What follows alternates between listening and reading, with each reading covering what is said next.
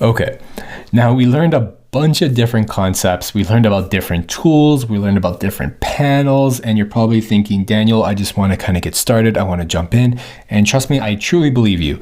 And that's what we're going to do right now. We're going to build a very, very quick landing hero section just to test out what we just learned. Now I have a couple of images that I dropped into here.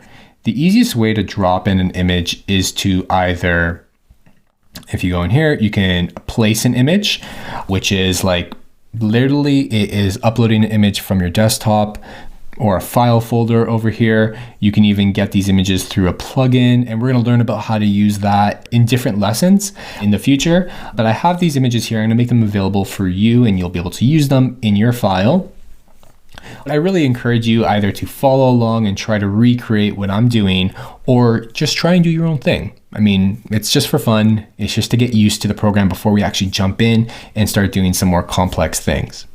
So let's do it. So one thing that we didn't necessarily go over really quickly was the grid and auto layout. So the layout grid is really important for laying out things on your frame. And so if I select the frame, I'll notice in the design properties panel, I'm just going to click layout grid, and this little grid comes up, and that's not what we're going to use. That's more for creating icons. But if I click on that grid and I click columns, that's what we want. So just follow along and I'll teach you how to create better grids in the future. But we're just going to set the count to 12. We're going to set the margin to 100. Your margin is your side on the left and right. And we're going to set our gutter to 32. So let's just stick with that for now, but this is going to be our guide. Now this isn't going to show up in the final designs. You can toggle these on and off. If you go to your view section here, you can show your grids. You have your pixel grid, which we have showing, but your layout grid. Now this is my shortcut, which is Control G. So if I click Control G, it's going to toggle it on and off. And that's just there for you to use for your guide. It's not going to show up in your final designs, like I said, but we're going to do that. And I'm just going to place this here, and we can scale this image any which way we want. So we'll just place that there for now. Now what we're going to do is we're going to create like a company page. We're going to create some shapes. So I'm going to select my rectangle tool. I'm going to go up here. I'm just going to select my rectangle tool like that. Let's zoom in and let's give it a fill of, say, like a red like that. And now what I'm going to do is I'm going to maybe create another shape. So I have a polygon. Let's like my triangle, and let's give that another color, maybe like a yellow. Bring that over here. And I'm going to select my circle shape and make a circle and make this one maybe like blue. And there we go. So we kind of have like these shapes. I'm going to actually use them as my logo. So I'm going to just like rotate this any which way I want. Circle is obviously fine. We'll just keep these together.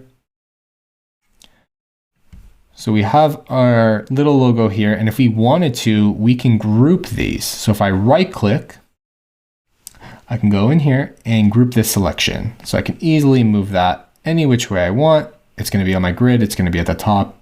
Perfect. So I'm going to create like a consultancy website hero page. Look at these people. They're talking about something really important. Let's get some text. So I'm going to write T. I'm just going to drag. And so I have some text. So let's write transforming the way organizations define, design, and build software. And if I select it all, I can go over here and change the font. Now, a really nice font I like is Merriweather. I'm going to change the font weight and keep it to regular. We can even change the font size. That's going to be fine. these different options here. So what I like to do is I'll just do an auto height. So that's based off of how many lines of text you have. So I'm going to do that. And I'm going to let that go all the way, or we can just do something like, there we go. So it's going to take up 5 columns and my image is going to take up 7. So that's looking really good. What else I'm going to do is I'm going to make another text and we're going to write some more copy. We connect strategy. Now I have all this text prepared.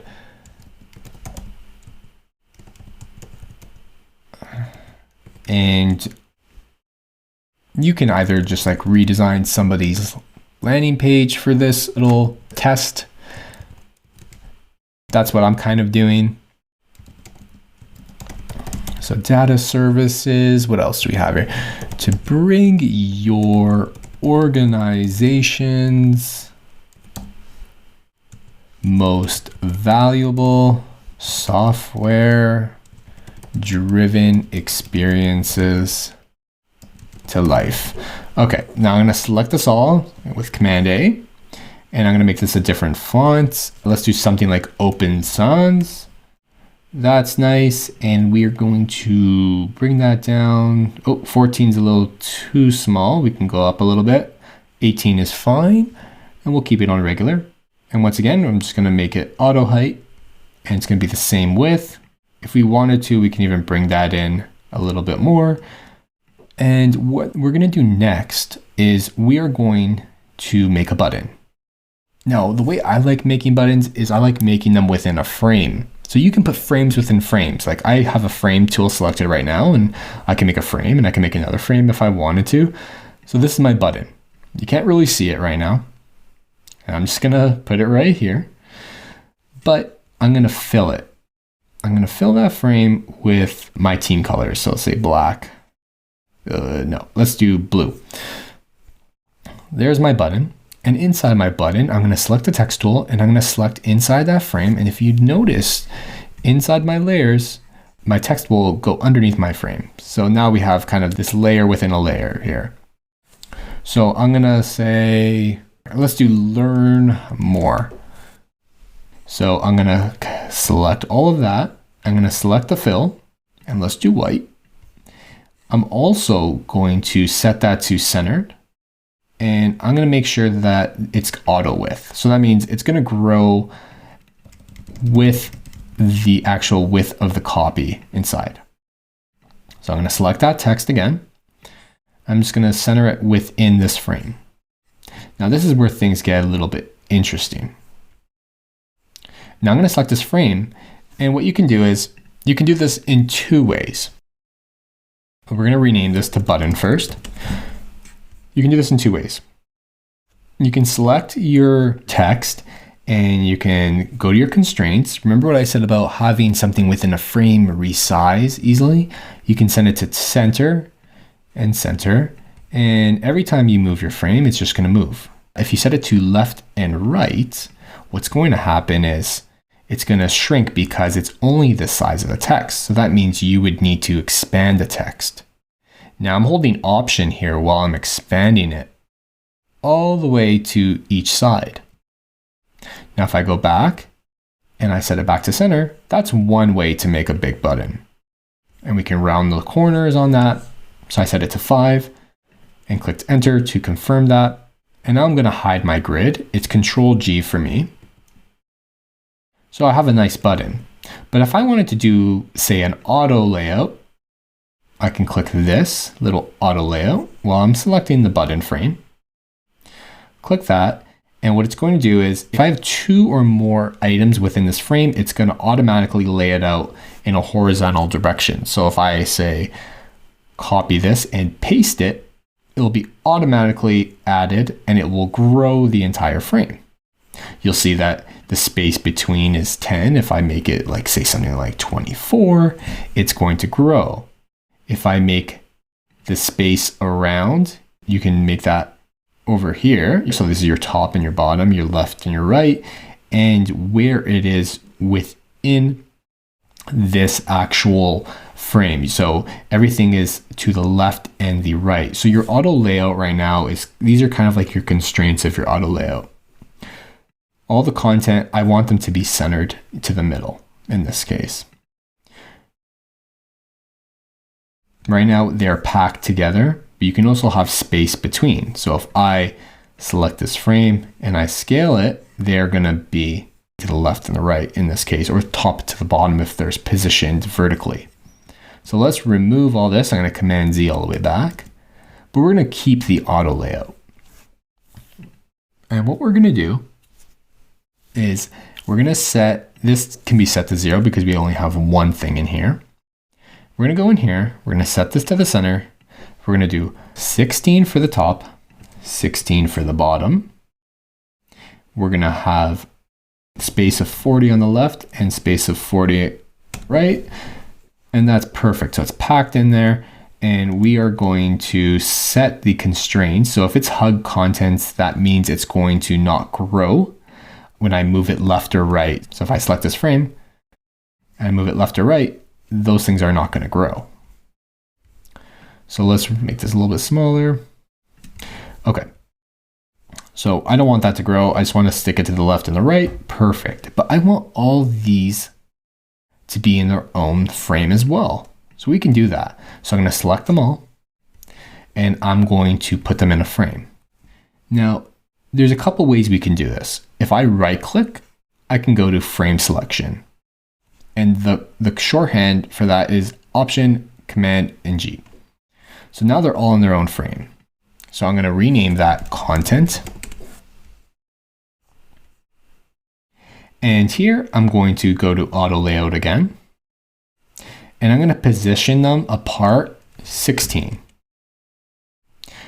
Let's make it 20 for a little bit more space, maybe 24. Okay. And what I'm going to do is I'm going to leave everything like that. That's perfect. The constraints, I'm going to put fixed.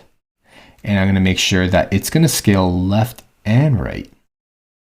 We can leave it to hugging content, because if I add, say, more text at the bottom, so I'm going to Command C, Command V, this frame's going to grow. And this is great for adding content. Like if you have lists and you want to constantly add new items to your list, you can do that with something like auto layout. It's really great for growing lists or shrinking things. Awesome. Especially for content like this. If I wanted to, say, add more content, everything's going to grow the more I type. Okay, so now that we have that set up, it's going to be left and right. And if we go back to our frame, now that is going to shrink once we set the content within. So the content within is right now is at fixed width. But if I do fill to container, and this one is fill to container, so it's going to go all the way to the edge. Let's see how everything moves. So now it's automatically responsive. Now that is pretty wild for me. I love that about Figma. Perfect. So we have that built out. The image is very similar. What I'm going to do is I'm just going to select that. I'm going to do left and right. We're actually going to bring this image in. Let's overlay it. And we can do something like this. And we can make the image left and right. We'll make this left and right, and you can start seeing how this plays nicely together. So we kind of have like our own responsive little design. Really cool stuff. Okay, next what we're going to do is I'm going to select the text layer again, and I'm going to have some navigation options. So I'm going to have home, I'm going to Command C, Command V. I have about, I have services, I have case studies, and the last one I have contact. So these are all my options, and I can do that same thing. I can right click in while I select all of them, frame that selection. We can make that into an auto layout, and we can space them any which way we want. And I'm just going to put them all the way onto the right for now and center it If I select all these, I'm going to go up here and I'm just going to center them on that vertical axis. And now we kind of have our header. Really cool stuff here. So this button, let's talk about quickly components. So now we have this button that I want to reuse, say through the website as our primary. What I can do is I can create a component out of it by clicking that button up there. And I can rename this component to primary. Now I'm going to go into my prototypes and I'm going to want to use that primary. So I'm going to go into my assets tab. It's on desktop right now. And now I can reuse that primary button that we just created. I'm holding down Option while I'm dragging it. Option and Shift is going to let me drag it while keeping it on the same vertical axis. You can space that and snap it to grid. And we can modify this and create different variations of that primary button if we wanted to. But this primary button is reusable now. So I'm going to delete those and go back. So as you can see, with what we learned, we could easily create a little web page. We created some shapes here. We learned how to use our text layers. We learned how to create components with buttons. We had images, constraints, creating a responsive website, using frames, and using the new auto layout feature that Figma had just released. And we were easily able to create something that looks really great. So let's toggle that grid. So I have Control G. Let's toggle that, and that looks really, really nice. It looks really professional. And now you're ready to go. If you have any questions, don't hesitate to reach out to me and I'll get back to you really quickly.